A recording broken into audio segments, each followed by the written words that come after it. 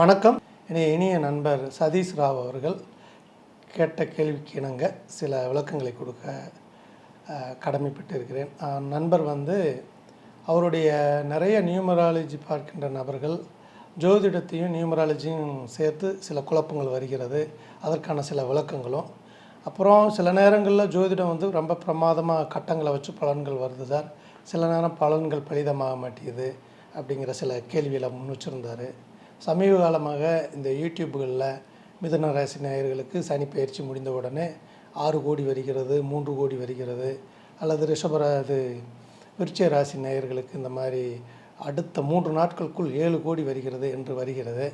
இதை என்னுடைய கிளைண்ட்ஸு ரொம்ப இது சம்மந்தமான கேள்விகளை கேட்குறாங்க. இதுக்கு சரியான ஒரு விளக்கத்தை தாருங்கள் என்று கேட்டதற்கு இணங்க இந்த பதிலை நான் தரவிருக்கின்றேன்.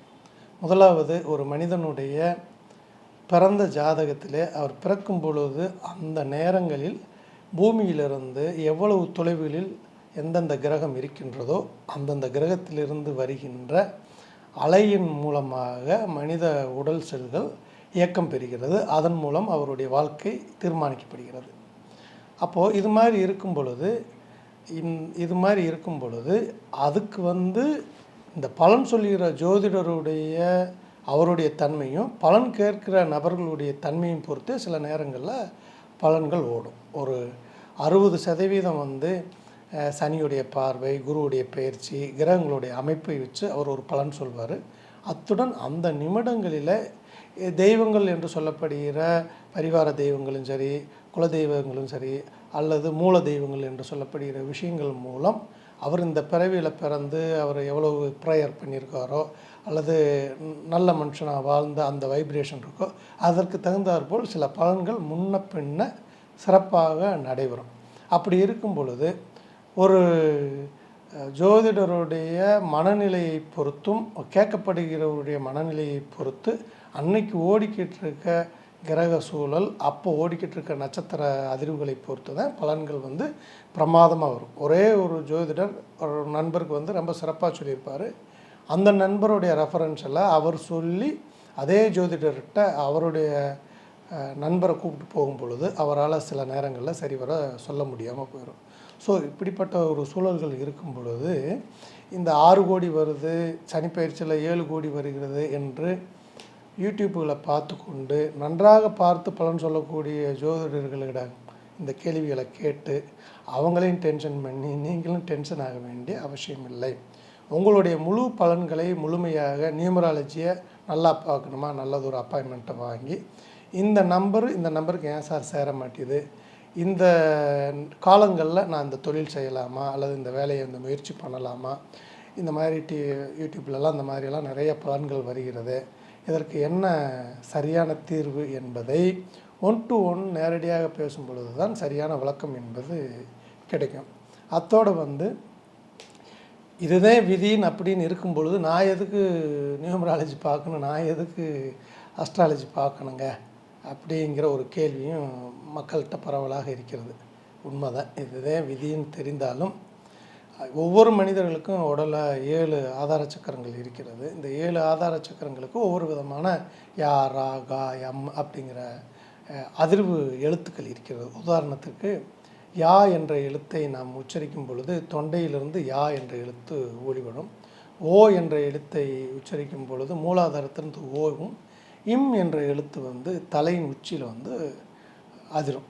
அதே மாதிரி பார்த்திங்கன்னா கா அப்படிங்கும்பொழுது கா அப்படின்னா அடிவகுத்திலிருந்து தான் கா என்ற எழுத்தை சொல்ல முடியும். இந்த மந்திர எழுத்துக்களை எதை மாதிரி அமைச்சு திரும்ப திரும்ப சொல்லும் பொழுது இந்த சக்கராஸ் ஃபங்க்ஷன் ஆகுதோ அதுதான் மந்திர உச்சாடனம் என்று சொல்லப்படுகிறது. அது சராசரியாக அன்பு கருணையோடு இருக்கும் பொழுது இந்த நிலைப்பாடு என்பது ஏற்படும். அது தெய்வ வழிபாடு வரும்பொழுது அன்பு கருணையாக இருக்கும் பொழுது அது ஏற்படும்.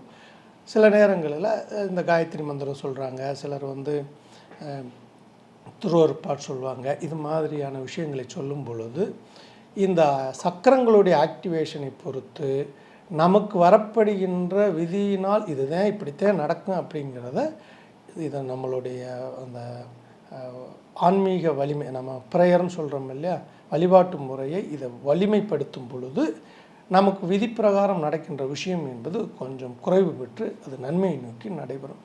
சில நேரம் யோகா பண்ணும் பொழுதும் இது மாதிரி வரும். நிறையா யோகா பண்ணுறவங்க என்ன சொல்கிறாங்க, சார் யோகா பண்ணாதுக்கு முதல் நான் நல்லா இருந்தேன், இப்போ யோகா பண்ண பிறகு உட்காந்த பிறகு எல்லா பிரச்சனைகளும் தெரியுது, அன்றைய சூழலில் நடந்த டென்ஷனான விஷயம் அல்லது ஒரு மாதம் ஒரு வருடம் எல்லாமே எனக்கு எதெல்லாம் மன ரீதியான பிரச்சனைகள் வருகிறதோ அதான் தான் வருது அப்படிங்கிற மாதிரி சொல்கிறாங்க. இது பயிற்சியில் நாள்பட ஒரு இடத்துல அமைதியை புலன்களை அசையாமல் வைத்தால்தான் மனம் முதல்ல அடங்க ஆரம்பிக்கும். மூச்சு காற்றானது வலது இடது புறமாக இயங்கும் வரை மனம் என்பது இயங்கிக் கொண்டே இருக்கும். இந்த மூச்சு காற்று சுழுமுனை என்ற நடுநாடியில் ஓடும் பொழுது தான் மனம் என்பது ஒடுங்கும். மனம் என்பது ஒடுங்கும் பொழுது தான் உங்களுக்கு உயிர் என்பது ஒடுங்கும். உயிர் ஒடுங்கும் பொழுது தான் ஆன்ம ஒளி என்பது பிறக்கும்.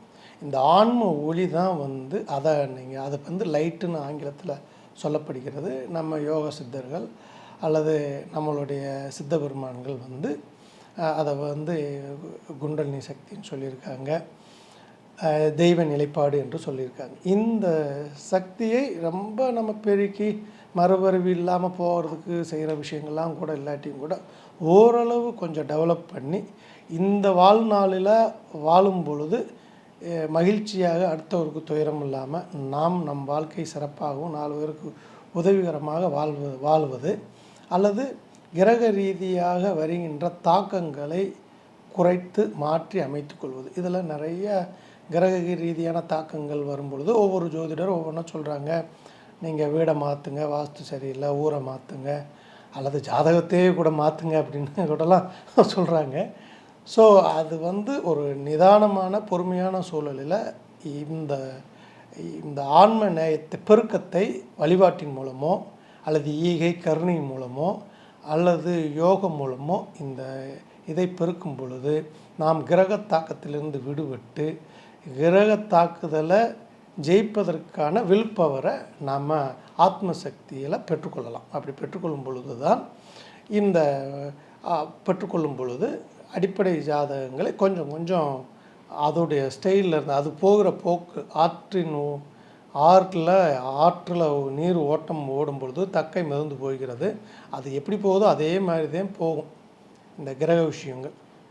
அதே ஒரு ஆன்ம நேயம் பெற்ற நபர் கொஞ்சம் கொஞ்சம் நீச்சல் அடித்தோ அல்லது அந்த சுழிகளை தாண்டி அப்படியே ஒதுங்கக்கூடிய ஒரு சூழல்களை அது நமக்கு கொடுக்கும். அது கொஞ்சம் கைவல்யம் பெறும் பொழுது நாம் இந்த கிரக விஷயங்களை கொஞ்சம் ஜெயமாகலாம், நன்மையை நோக்கி மூவ் பண்ணலாம். ஆகவே நீங்கள் எப்பொழுது உங்களுக்கு இது வாழ்க்கை சம்மந்தப்பட்ட விஷயத்தை கேட்குறோம், அப்போ வாழ்க்கை சம்மந்தம் ஏன்னா இந்த பூமியில் தான் வாழ போகிறோம். வாழ்க்கை சம்மந்தப்பட்ட விஷயத்தை கேட்கும் பொழுது இந்த விஷயத்தை ஓரளவு கற்று சொல்லப்படுகிற ஜோதிடரும் சரி அல்லது நியூமராலஜிஸ்ட்டும் சரி அல்லது இந்த ஆன்மீக சிந்தனையாளரும் சரி, அவரும் மனுஷர் தான். ஆகவே அவர் ஒரு மன அமைதியான சூழலில் இருக்கணும். நீங்களும் போய் பரபரப்பான மனநிலையிலே போய் உடனே சொல்லுங்கள் இப்போயே உடனே நடக்கணும்னா அதெல்லாம் நடக்காது. நீங்கள் ஒரு அமைதியான சூழலில் அதை கேட்டு அவர்கள் சொல்லப்படுகிற கருத்துக்களை பின்பற்றி வாரங்கள் மாதக்கணக்கில் அதை மூவ் பண்ணி போகும்பொழுது தான் நம்ம லைஃப்பில் நிறைய வெற்றி பெறலாம், ஜெயம். அடுத்த முறை இந்த கிரக தாக்குதல் தாக்குதல்களில் இருந்து நாம் தற்காத்து கொண்டு வாழ்க்கை எப்படி வெற்றி பெறுவது என்பதை அடுத்த நிகழ்ச்சியில் சொல்வோம். நன்றி, வணக்கம்.